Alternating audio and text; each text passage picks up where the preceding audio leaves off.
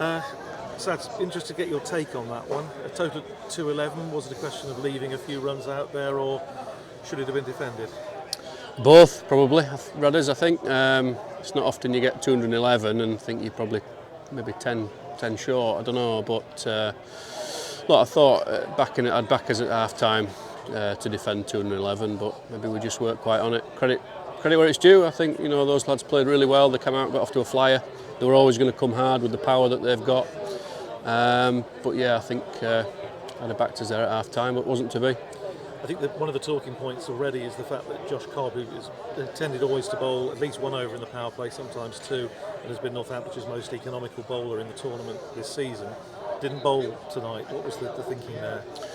Yeah, the thinking at the start of the top of the innings was that we thought it might just hold a little bit and do a bit as it did in their innings. We back our seamers, so no problem with that. But obviously, Cobby's been really good for us this year. So, but look, I mean, they've got to judge it out there. Cobby's very wise, good. He reads the game very well, and he sorts his bowlers. So we'll debrief that and we'll look at it. There's never a criticism of anybody, but the obvious question is why didn't Cobby bowl? So, but look, we back him out there, and he's got to feel it in the moment. So, maybe with hindsight we'd have bowled him. I suppose again to accentuate the positive for the second night running, Saif Zaib's outstanding.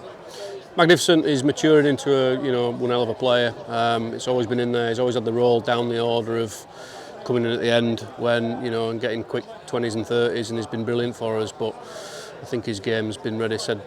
Chatted to him throughout the winter. His game's now ready to take that extra responsibility. Unfortunately for him, he's played 3 magnificent innings this year, and unfortunately we've lost all 3 games. And arguably they've been, the smartest 3 innings of our comp, or certainly right up there. So it's unfortunate for him, but he's been maturing into a very, very fine cricketer.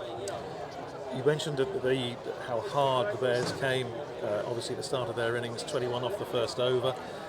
Then those 3 quick wickets, including Sam Hain, who's been a thorn in Northamptonshire side so often recently. At that point, 44 for 3, did you think it was just about there? Yeah, we kind of said in the dugout, wickets are going to win this game. The power that they've got, they just keep coming, don't they? So they were always going to keep going. They've got some very, very fine strikers of a cricket ball. And we just kind of hoped that the odd one got clothed and got caught in the deep or whatever it was. But they got some good partnerships. Look, credit where it's due. They played very, very well. On another day, one of those that sneaks over the boundary just goes to hand. We didn't bowl as well as what we have done and what we can do. We didn't quite execute, but it's a fickle game sometimes. So try not to get 2 up and 2 down when you win or lose. But it's obviously disappointing when you're on the wrong end. But yeah. As far as the bowling was concerned, good night for Ben Sampson, 3 overs for 18. Again, a pity that he still had an over in the locker, presumably being safe for the 20th over that in the end wasn't needed. Yeah, and it's, the game kind of went quickly in the end, didn't it? We were there or thereabouts. The rates was always kind of hovering around the 10-11 mark, and then all of a sudden one got over towards the back end and it went down to 7s and 8s. So, it wasn't needed in the end. But again, he was magnificent up top, whatever his figures were. Wickets and not many boundaries. His length and his line was magnificent as ever, so he did what Ben Sanderson does. Shame for him that he was on the wrong end of the result. Let's have a look at the group now. Obviously it's still very, very tight. Bears have now moved level on 14 points with Northamptonshire. Derbyshire there as well. 2 games to go, presumably it's just a question you've got to win the last 2. Absolutely. I think 1 might do it to get us through qualification, 2 will do it. We said with this last 4 games we've got to win 2 out of the 4.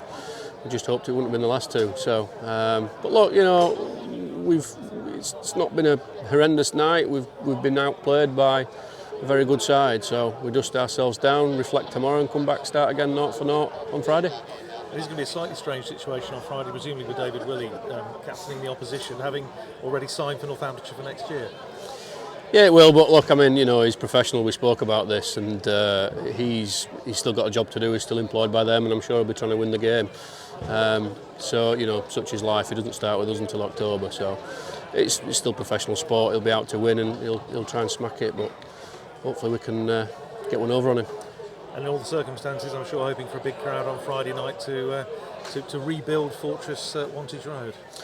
Well, yeah, I mean, the crowd's been brilliant. It was good again tonight, but I think Friday, an extra 10% will help that 12th man that we talk about. So, yeah, look, not get too up, let's not get too down. We got outplayed by a couple of guys on their side, won it for them. So we'll come back Friday and we'll go again. We'll keep playing that positive brand of cricket, that energetic, fast-paced, brave cricket, and hopefully we get on the right end of the result.